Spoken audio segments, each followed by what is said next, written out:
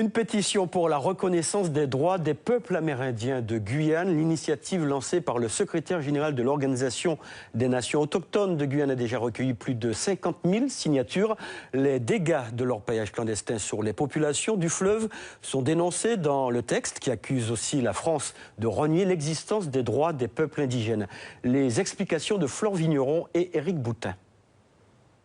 En 2013 déjà, Jean-Étienne Antoinette, sénateur de la Guyane, demandait au ministère des Affaires étrangères la ratification de la Convention numéro 169 relative aux peuples indigènes et tribaux. La réponse du ministère fut négative, selon un principe, celui de l'indivisibilité de la République. Aujourd'hui, c'est en son nom propre qu'un jeune Amérindien de 29 ans, Alexandre Sommer, relance le débat.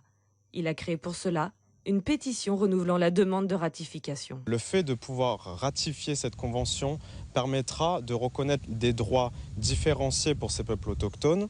Et je pense que c'est un juste retour du point de vue de l'histoire que les Amérindiens puissent avoir un accès au foncier, aux terres ancestrales, la reconnaissance de leurs droits coutumiers, mais aussi, je dirais même sur le plan de la santé publique.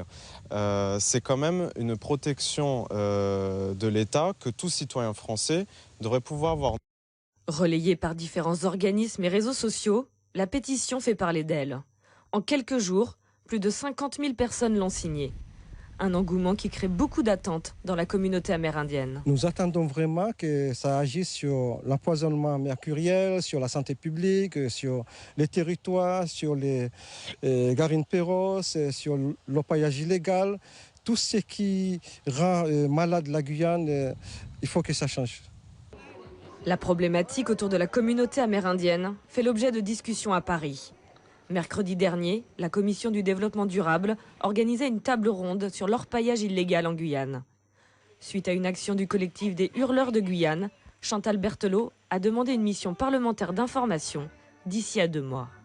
Il faut effectivement, en termes de santé, qu'on ait une étude indépendante des services de santé qui sont en Guyane pour vraiment évaluer l'impact du mercure sur nos populations et voir comment effectivement y répondre concrètement. Donc oui, de ces deux choses me semblent importantes, une étude indépendante sur la problématique de santé sur les populations et une mission d'information parlementaire pour évaluer effectivement l'impact de l'action de l'État sur l'orpaillage illégal.